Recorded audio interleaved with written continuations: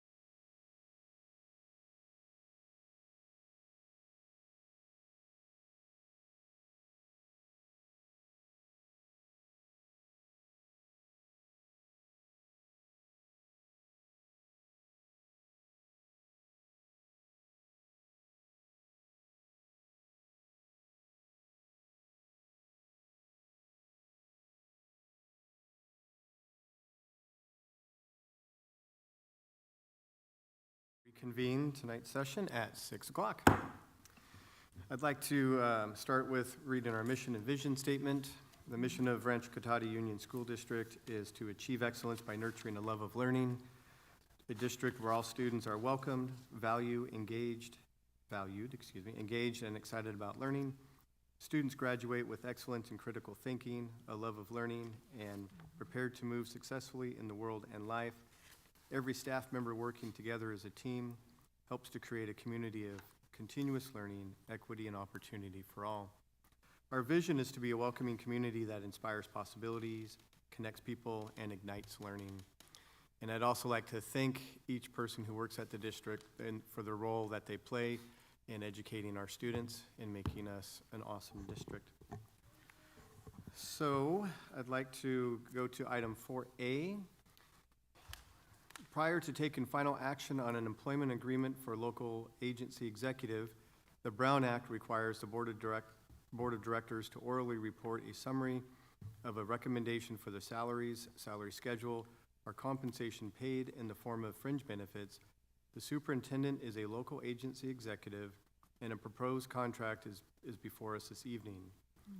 The proposed amendment to the superintendent's contract will result in the extension for a term of 1 year to run from July 1st, 2027 through June 30th, 2028.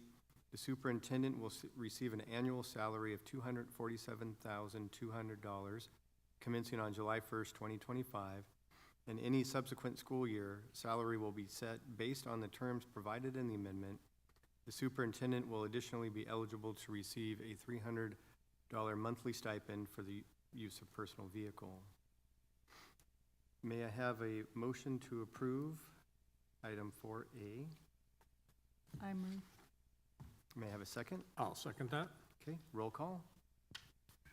Trustee Johnson? Yes. Trustee Brown? Yes. Trustee Nelson? Aye. Trustee Martin? Aye. So members of the public are entitled to receive a contract, and it's recommended, and we have contracts available. If they are available electronically, if you'd like a paper copy, please see the executive assistant, Rochelle. Okay, and with that, let's all rise for the flag salute.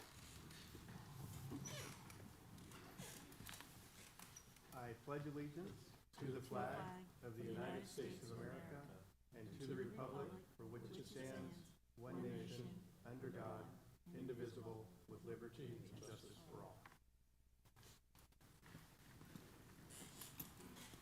All right, we have a special recognition tonight that's very thrilling, and I'd like to invite Coach Eric Tucker to the podium to tell us about his team's big win.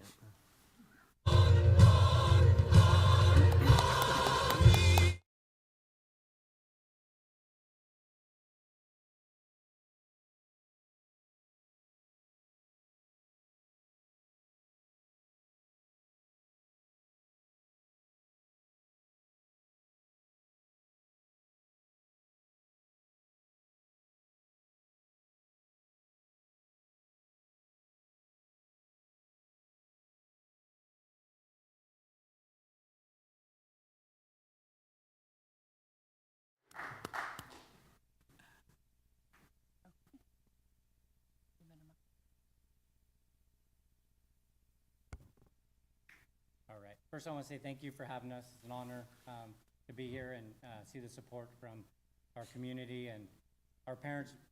You know, we're so grateful for our parents to, you know, support the team and you know, go through the sacrifices of the year, getting the kids, you know, especially on the long road trip that we just took. But I'm just so proud of this team, what we've accomplished this year. My great coaches, and these boys just you know, worked so hard this year. In the past, you know, Rancho's struggled to make playoffs, so we've kind of been, you know, I think it was once in the last 10 years that we made playoffs. We got our 13th win against, what was that? Kelseyville.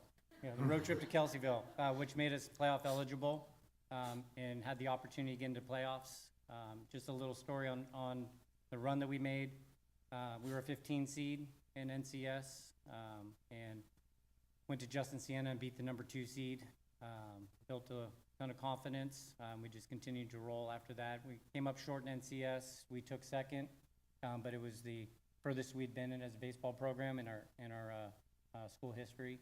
But had the opportunity to play in CIF, which is the state championship. We were a 3 seed, and always learned from coming up short in NCS and had some tough games on the road. And first NCS or CIF championship in school history in any sport belongs to these boys right here. So proud of them.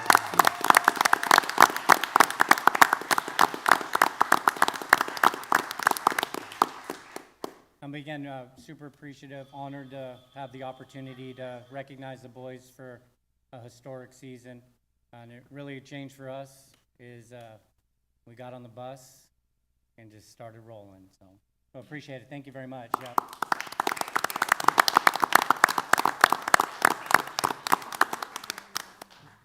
Congratulations, team. We do have a couple special things for you. We have the board and the administrative staff have autographed a baseball for you, and Trustee Brown has something special to present to you. So I got to tell you, so I don't get choked up here. I started on a baseball field when I was 7 years old, and now I'm 76. I gave up baseball at 15 when I was Bill Lee's catcher, the spaceman. You guys are all too young to know who he is. I regret that to this day, so don't ever give up baseball. Baseball to me has been great. I tried to teach my 3 boys to be baseball. It worked for one. One ended up as a golf pro, one ended up baseball, and the other one said, heck no. So baseball, it doesn't always work for every kid because every kid is different. So an organization I work for, this color, the San Francisco Giants, sent me this letter. And I want to read it to you. Dear Rancho Cotati High School baseball team, the San Francisco Giants recently learned that you won the Division III Northern California title. What a great accomplishment. We understand that you, as players, worked extremely hard at both practices and games to perfect your skills and to bond as a team. We also understand that your coaches were critical in furthering your development both on and off the field. It's with great honor on behalf of the players, the coaches, the front office staff of the San Francisco Giants that we congratulate your team on this title. We know that the families, classmates, teachers, school board, and community are proud of you, as I am. So this is from the San Francisco Giants. We'll make sure you all get a copy, and we'll put it on a box. And if you ever, my only claim to fame is I'm a ball dude for the San Francisco Giants, and I've made major league bloopers, and Kruk and Kike make a lot of fun of me when I fall down on the field. So I like that. I love baseball, and congratulations to all of you. Congratulations.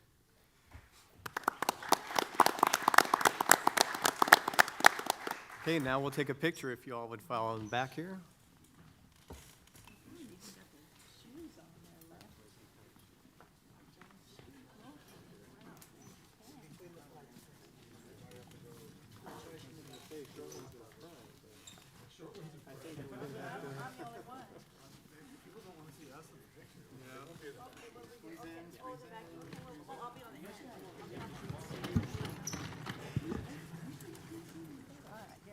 No hiding behind the flag.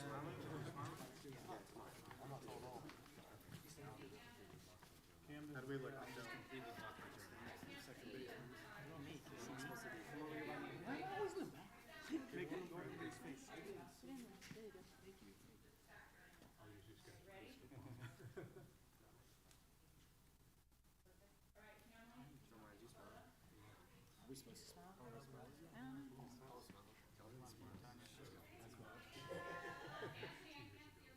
Anthony, you're not visible.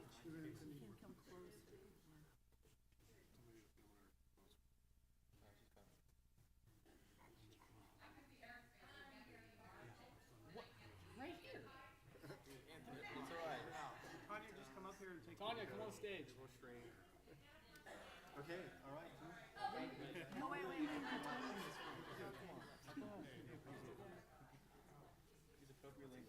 Okay, everybody exit that way.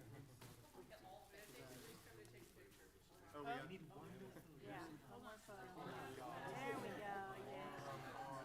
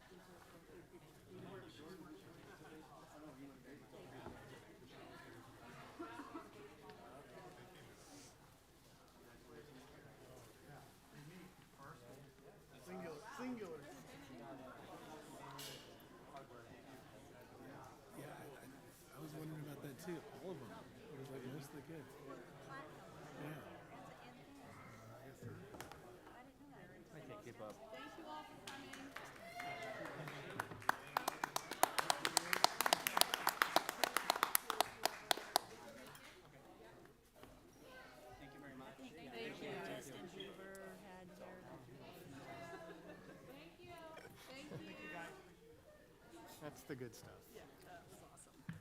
That was beautiful laugh. Yeah, that was That nice. was- Thank you. There's 70 years of Kept me going pent up, over here. It's got to come out sooner or later. yeah.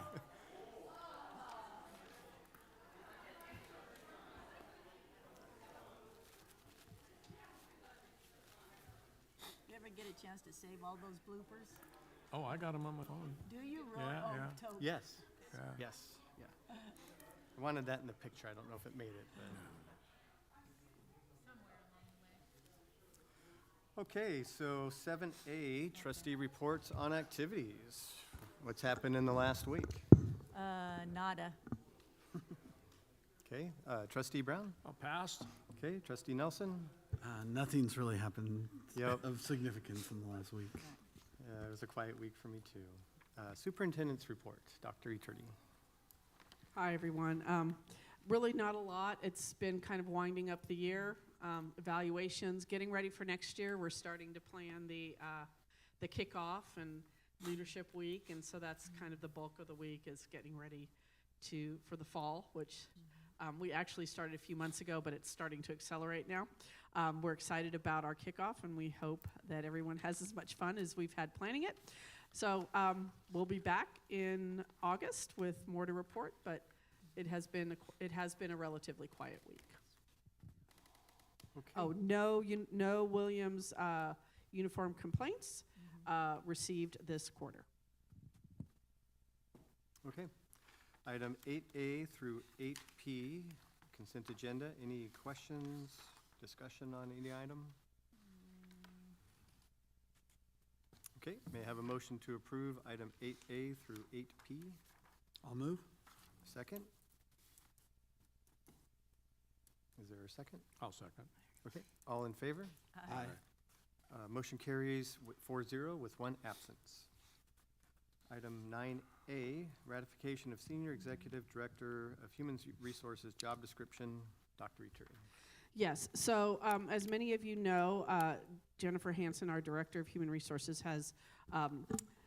is leaving us, and we were going to convert this position regardless of her departure, but now it seems very timely to make sure that we elevate this job to what it really needs to be. The amount of extra time that this job requires with our IBB and our LAMP, our labor and management partnerships, the load that this job carries, we needed to add more days to it and elevate the position. So we're asking the board to approve a new job description of Senior Executive Director, and then item B is the salary schedule to match that revision of position. Okay, any questions, discussion? Okay, may I have a motion to approve 9A, ratification of Senior Executive Director of Human Resources job description, So moved? and a second? I'll second. All in favor? Aye. Motion carries 4-0 with one absence. And may I have a motion to approve item 9B, approval of certified management salary schedule revision, I'll move. and a second? I'll second. Okay, all in favor? Aye. Motion carries with 4-0 with one absence. Next up is 10A, presentation of expanded learning program plan. I'm so sorry, Hi. Hello. Okay, my bad. so Ms. DeMars. Okay, The podium is hello. yours. Thank you for having me. Gotta close the We Are the Champions so that doesn't play while I'm up here.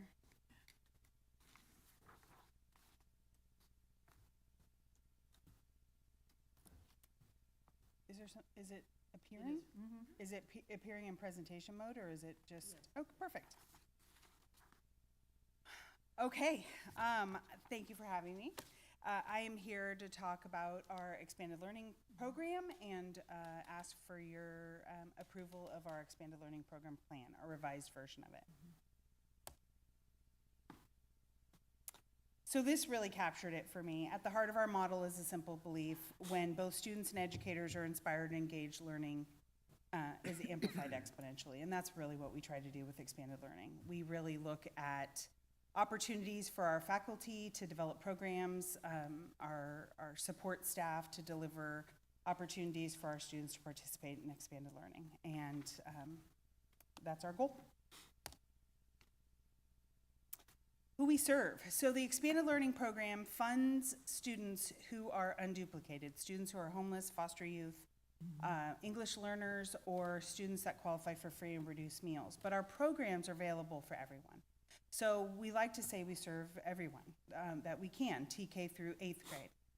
That is our goal. On the front line, we want it to be a seamless transition. It's no different what our program opportunities are, but behind the scenes, our funding source is supporting the families that are qualified. So all of our programs are offered at no cost, whether it's a partner program to the YMCA, or an enrichment class, or it's a program that is taught by one of our own instructors. Those are provided at no cost. And we do provide sliding scales or payment plans for anybody that may not qualify but still has a class fee associated. So really this was an opportunity, this program revision was an opportunity for me and our program coordinator, Jared Cohen, to really look at the programs that we're offering, look at what we're offering, see what kind of strengths we have, and look for areas of growth or opportunity for us. And that's really what we did with our lovely 33-page document that we did. We're challenged to look at 11 areas, and if you have the program plan, you'll have them. But things like safe and supportive environment, active and engaged learning, healthy choices, diversity, access, and equity. They want us to look at our vision and mission. They want us to look at collaborative partnerships and how we develop programs through the lens of all of the things that the CDE is asking of us. So that's what we did. It took us a year. That was our goal for the year, is that we would develop this program, program plan, we would work with our community partners, we'd really seek out best practices from other programs in the area, and it was an enlightening process for us. We were doing some really amazing things, and really to find a way to articulate that into a program plan was meaningful for me, at least, because if you remember, 3 years ago, when we started, we didn't have a plan, we didn't have a vision. We kind of knew what we wanted to do, but really couldn't articulate that. And so we've come a long way, that's for sure.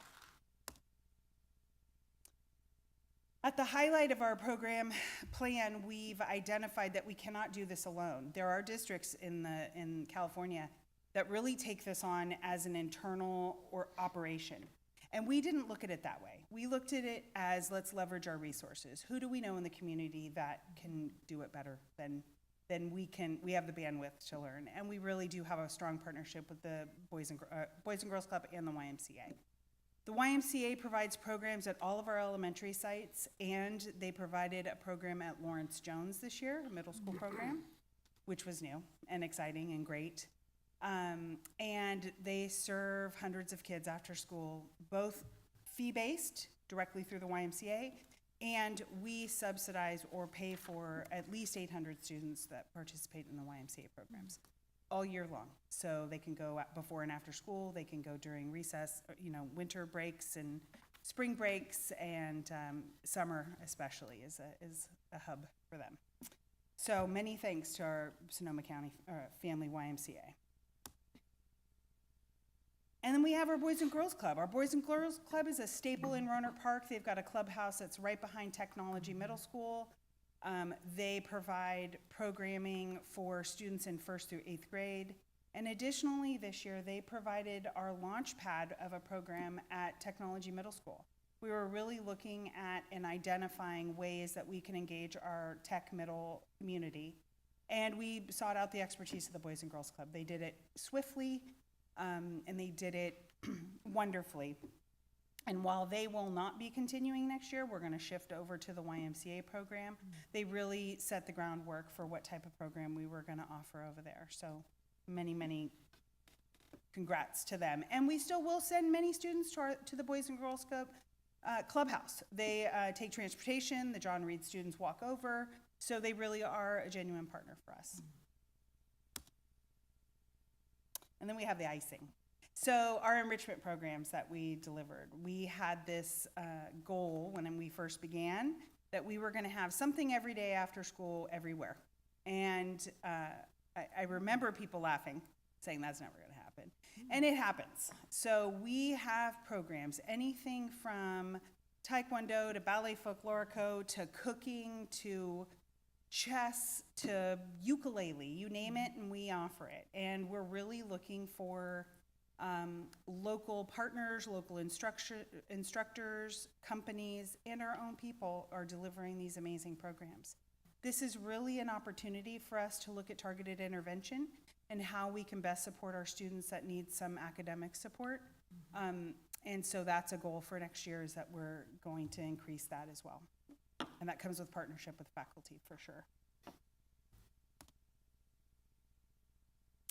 So we're in the midst of our summer enrichment academy, so we're all a little tired. But we've got 25 enrichment teachers teaching at Evergreen, 11 ESY teachers. So we've got a total of about 500 students happening at Evergreen this week.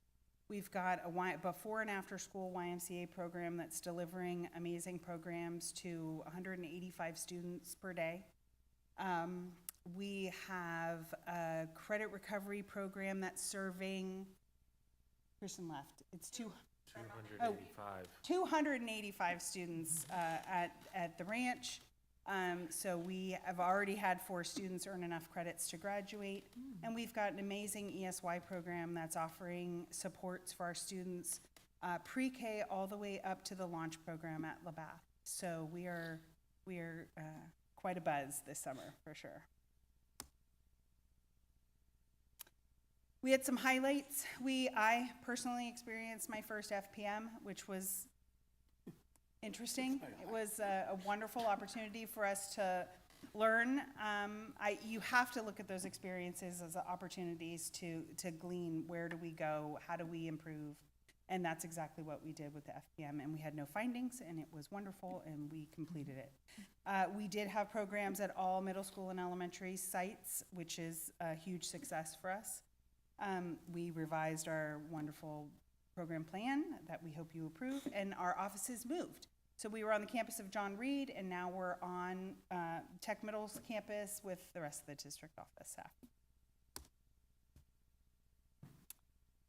We're always looking at what's next, taking new territory, and so what we've decided is that we have developed such a program that we can't maintain it anymore at the level with our Google Sheets. So we've gone to a larger database and accounts registration system, so it'll help us with tracking, with reporting to the CDE, so we're pretty excited about that. We're always looking at the spaces that we utilize for expanded learning, and our Monte Vista YMCA space was in dire need of repair. It wasn't ours, actually it belonged to the YMCA. So construction is underway right now to get a new building, so it should be there by the first day of school. Our next goal is reimagining what summer school looks like for our middle school students, because that is a goal of ours. We offered a program TK through 6 this year, but we really need to find a balance between the academics that parents are seeking out and the recreation that the kids are wanting. And we have to find a way to balance those two. Excuse me, we didn't Yes. have any middle school SEA this year? We did not. We had a TK through 6th grade program. So currently enrolled 6th graders going into 7 were eligible to take it at Evergreen.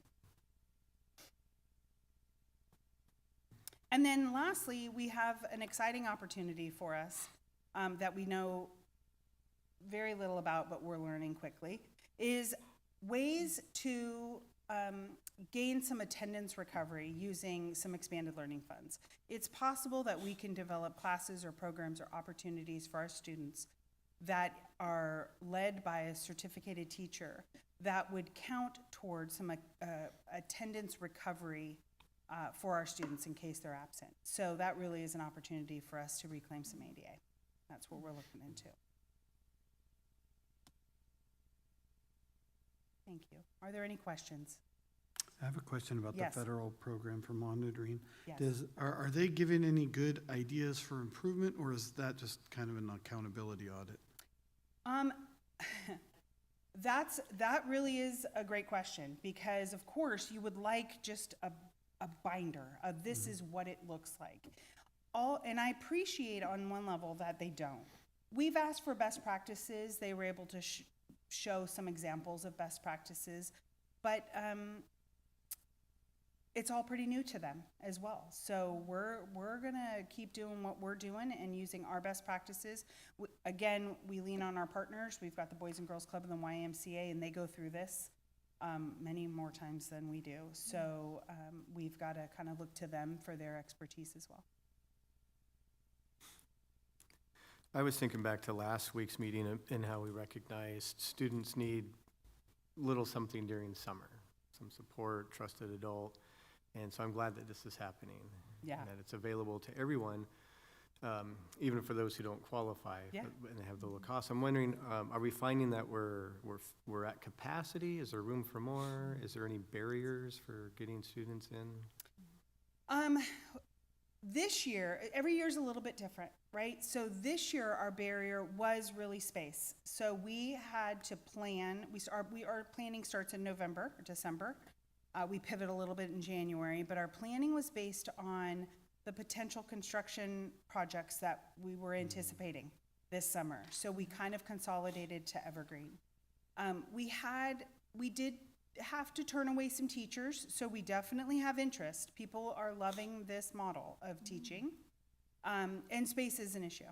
Space, we also I'm very, very mindful that the development of our programs impact every department in the district during the summer, at a time when they were used to doing big facilities maintenance projects. Our business office works harder, our human resources department works harder, our food services department works exponentially harder. So we just try to balance all of that. But I think we met the demand.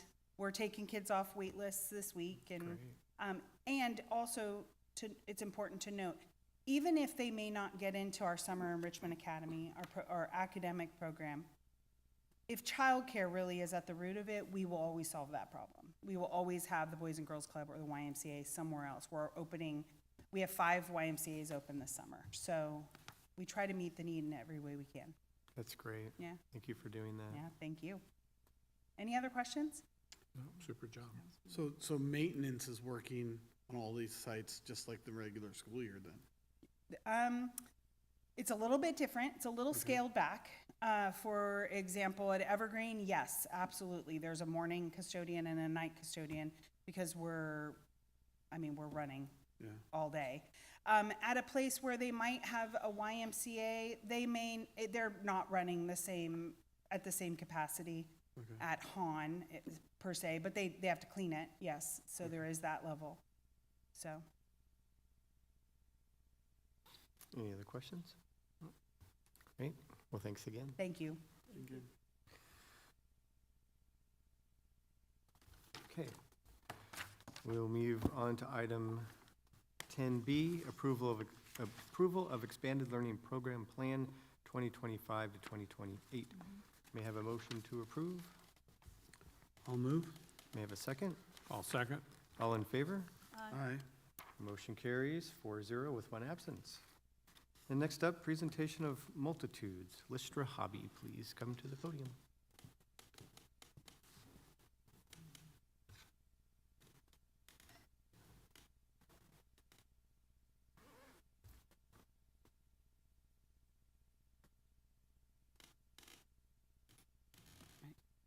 Good evening. I'm here this evening to talk about the K-2 reading difficulties screener adoption that we just went through and to get your approval on our recommendation for a screener. Before we get too far into it, I wanted to give you some background as to why we're doing this. So as of Ed Code section 53008 that got adopted this past year, it was deemed that all students kindergarten through 2nd grade are required to take a reading difficulties assessment risk screener. As of January 2024, the State Board of Education approved a panel of experts to create an approved list of screeners. quickly followed by the expert panel meeting monthly to review the screener options, and when they were all done on December 17th of 2024, the panel of experts released a finalized list of 4 approved screeners. The 4 screeners that were approved were Amira from Amira Learning, M-Class, also called Dibbles, from Amplify Education, Multitudes from the University of California, San Francisco, and Rapid Online Assessment of Reading, also known as ROAR, by Stanford University. Right off the bat, we discounted ROAR due to the fact that it was only approved for first grade and second grade, which would require us to adopt an additional screener for kindergarten. Since we didn't want to have to do 2 separate screeners across our grade levels, we decided to discount that one before going through the approval process with our team. Some additional details about the screener adoption is that we were only required to adopt 1 screener, unless, of course, we had chosen ROAR, at which point we would need to adopt a second kindergarten screener. Students who do not speak fluent or sufficient English must also be screened in their primary language if available. Test results cannot be used for any high-class stakes, such as grades, English learner reclassification, IEP plans, 504 plans, anything like that. It's just a screener, it is not a diagnosis. And all K2 students must be screened at least once a year unless the parent has submitted an opt-out request in writing. The final part is that all students that are identified as at risk by this screener must be provided with supports or services. This does not mean that they immediately get an IEP or a 504 plan. It could be in classroom services such as small group support, modified homework, preferential seating. But if they're designated as at risk, then they need to receive some sort of services. So the process that we went through to decide which screener, we started off by forming a team to review our options. Ultimately, our team consisted of 9 teachers, both from RSP classes and gen ed classes, 3 site administrators, and 3 district employees. This did cover 5 out of 7 of our elementary schools, and all teachers were invited via email multiple times. Our second step was to hold 3 individual meetings that reviewed each of the potential screeners, Amira, Multitudes, and Dibbles. We designated a single meeting for just looking at each screener so that we could give it a full review. Our third step was to hold 1 final meeting that reviewed all the pros and cons of each of those individual screeners, and then we had an anonymous vote to determine which screener we went with. After we decided on our screener, we presented our option to the principals to get feedback from their staff on recommendations on when that screener should be given and when the teacher should be given time for training. And step 5, which is still in the works, is to finalize our implementation, our screening windows, training time, opt-out procedures, all the little nitty-gritty bits to it. Those will be finalized during the summer. So, the one that we decided on was Multitudes, as you could probably guess from the board agenda. The training time for it only takes about an hour of asynchronous training. There are virtual and in-person training options that come at an additional cost. The mode of administration for this assessment is one-on-one, so where the teacher is sitting with 1 student giving the full assessment. Administration time takes about 10 to 13 minutes per student, and if a student is flagged as at risk for reading difficulties, then there's an additional 5 to 8 minutes of screening that are required. The teacher does score their student responses, and the cost is 0. It is actually sponsored by UC San Francisco. Again, PD is an additional cost if we would like to, but it is not required. Some additional highlights on why we chose Multitudes are that it has had the most common languages in California for translation of parent reports. It is low cost in both initial purchase and in time for training.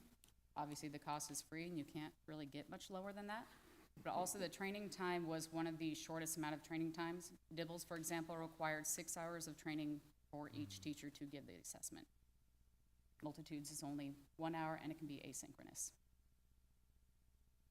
It was developed in California, so we know it's focused on California's needs and focus areas. The platform is continuing to expand, which is exciting, and it means it might actually have potential for additional things in the future, such as a math screener and progress monitoring. Our next steps in our process are to finalize training and assessment window dates. We did get feedback from all of our sites on when their teams feel it it'd be appropriate to give these screeners. Since it is kindergarten, first and second grade, they do not all need to be given at the same time of year. In fact, we are moving our kindergarten window later in the year than our first or second so that they have more time to receive education before getting screened. We also are finalizing and creating our opt-out procedures for parents who do not want their students screened, and parent notification procedures so that parents are notified that this assessment is happening and they have ample time to respond on if they want to opt their student out. We also need to set up our rostering for multitudes and test out our assessment platform and complete our first year of screening. Since Richard Crane always starts early, they always get to be our, oh, they have a lovely word for it. I believe they call themselves like pilots or pioneers for this assessment. So we plan on giving them extra hands-on support so that we can work out any bugs before we do it with all of our other elementary schools. Any questions? Yeah, will we see a follow-up, like next year or something, to see how this worked out in the results? We can definitely do that. When a student is deemed to be at risk and they're provided additional supports, how are those supports decided? Is it a team effort? It would probably be a team effort between the teacher and possibly their administrator, and it would depend on the level of reading risk difficulties. Any other questions? Great, thank you for the presentation. Thank you. May I have a motion to approve 10D, ratification of multitudes team and conditions of California Public Schools? I move. May I have a second? I'll second. All in favor? Aye. Motion carries 4-0 with one absence. 11A, Resolution 2025-23, requesting funds transfer from Sonoma County Treasurer under Article 16, Section 6 of the state constitution. We have a lot of these at the end of the year, but this is, this allows the Sonoma County Treasurer to transfer funds for us when we're at a negative balance in any of our funds. Or if we don't have the capability or the amount of money necessary to cover any kind of negatives, which we don't project to happen next year, but it generally happens around December when we, before we get our property tax payment, where we potentially could be negative in our general fund. Okay, any questions? I do have a question about that. If we were like one of the districts that had like a 28% reserve, we wouldn't need that, would we? Correct. Okay. Yeah, that's the positive of having a big reserve is that you can cover, any of your cash needs, one, and any potential cuts that the state might put on you mid-year, like we saw way back in 2008. Any other questions? Do they charge us for that? Is there loaner fee? If we have a negative, potentially if we have a negative balance in any of our funds, we get charged negative interest, if you will. So it's not a charge necessarily. Interest isn't that high, so it's not that much. Okay. So Compared to having to borrow the money from, like, I used to have to do, like, loans from a bank that we had to set up, and that was costly. So this is a much cheaper option. It's just part of the challenge. Instead of getting paid once a month, you get paid twice a year. So, and if your expenses aren't 100% equal, which they're not, No. We have a lot of, so you're stuck. You're up and down type of thing. So when it comes in, then you got more money, and then you balance out at the end of the year. But there's always that. lean months. Yeah, lean months. I'd sure hate to do that at home. I'm sorry, we're only gonna give you 2 checks a year. You're not gonna eat for 2 months and then go back from there, so. All right, may I have a motion to approve item 11A, Resolution 2025-35, requesting funds transfer from Sonoma County Treasurer under Article 16, Section 6 of the state constitution.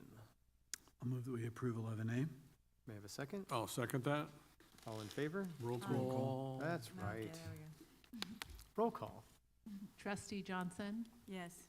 Trustee Brown, Yes. Trustee Nelson, Aye. Trustee Martin. Aye. All right, next up, 12A, fiscal update and planning. The only thing attached to this item is the final enrollment for the year, and we were down a couple of students, 9, I think.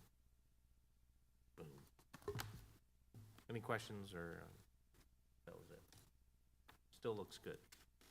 One, just one down. We're down 1? Yeah. 9. Oh, 9. no, Oh, I didn't go one far I enough saw down, there. yeah, down.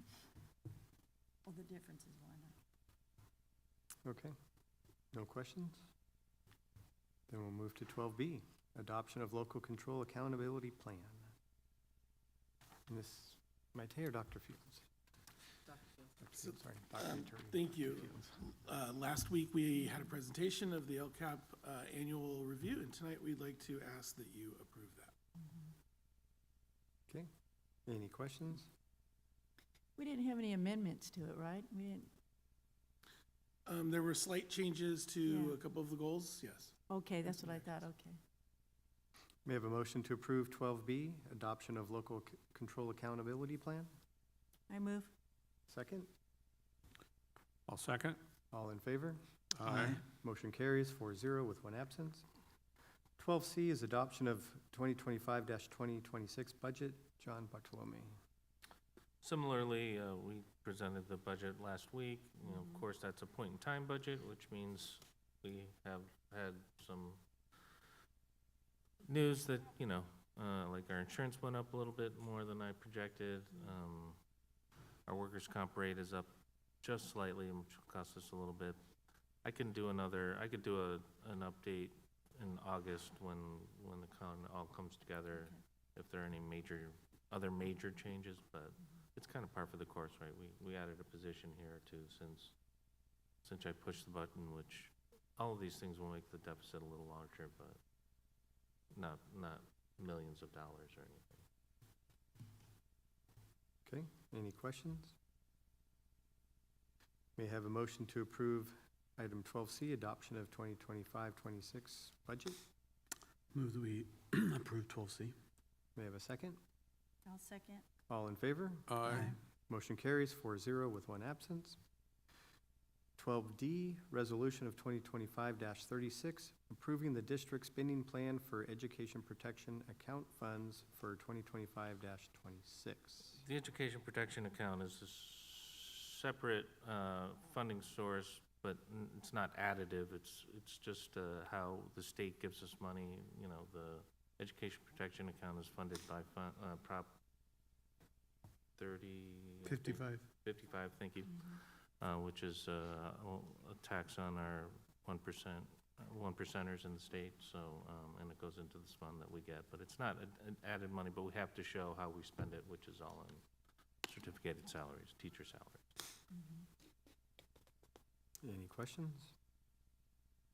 May I have a motion to approve item 12D, resolution 2025-36, approving the district spending plan for education protection account funds for 2025-26. I move. May I have a second? I'll second. Okay, roll call. Trustee Johnson, Yes. Trustee Brown, Yes. Trustee Nelson, Aye. Trustee Martin. Aye. 12E, resolution 2025-37, in the matter of school and classroom capacity limits for purposes of granting or denying an interdistrict transfer request. So we often get requests for our school district from students outside our district. And we have to look, and if that student has an IEP, we have to look at our class loads and our caseloads at our school sites to make sure that we can accommodate that student. And often we can, but sometimes we can't. So this allows us to deny based on that. We always want to accept the students we can, but if it exceeds the number of students we can accommodate in a school, we have the ability to deny it. Any questions? Yeah, so, folks that don't have a IEP, we can deny, letting them in, but if you have an IEP, you can be sued or something? What's that about?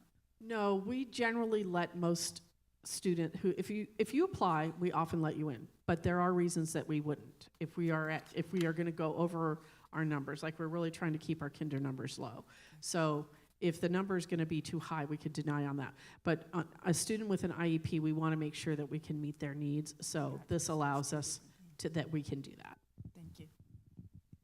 This allows for both. Yes. Yeah. Okay, may I have a motion to approve 12E, Resolution 2025-37, in the matter of school and classroom capacity limits for purposes of granting or denying interdistrict transfer request? I move. May I have a second? I'll second. All in favor? Aye.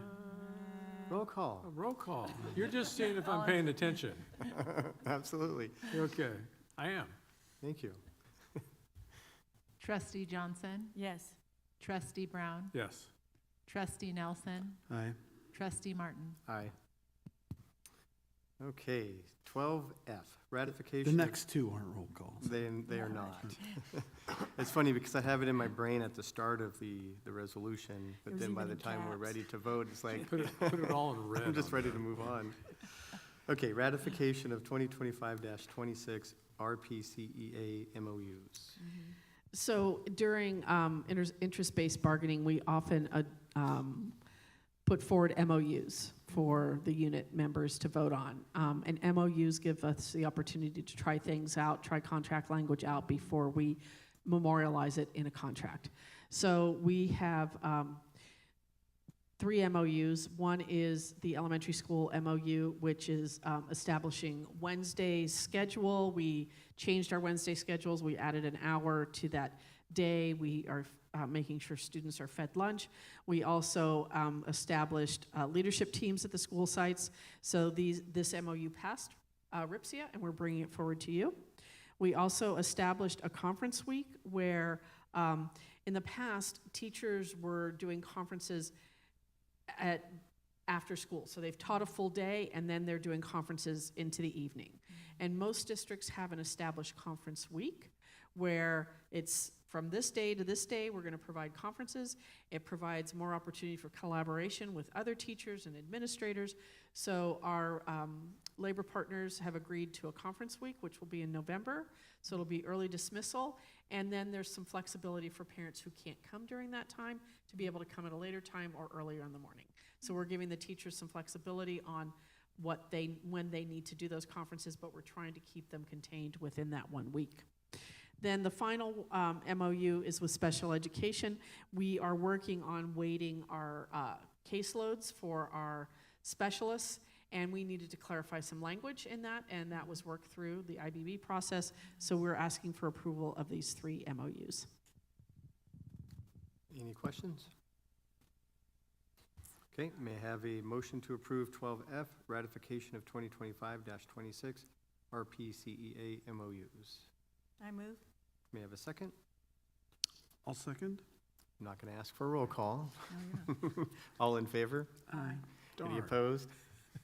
Motion carries 4-0 with 1 absence. 12G, acceptance of gifts and donations to schools and district. Thank you. So our community is so generous. We have gift cards, water, and food that was donated to TMS from Safeway at an approximate value of $50, Rayleigh's another $50, and Olive Garden at $250 for a total of $350. So we thank Safeway, Rayleigh's, and Olive Garden on behalf of TMS and the district. Sweet. May I have a motion to approve 12G, acceptance of gifts and donations to schools and district? So moved. May I have a second? I'll second. All in favor? Aye. Any opposed? Nope. Okay, motion carries 4-0 with 1 absence. I'm all over the map today. Okay, 13, future business and agenda items. Trustee Johnson. Not at this time. Okay, Trustee Brown? Nope. Trustee Nelson? No. Okay. With that, our session will come to an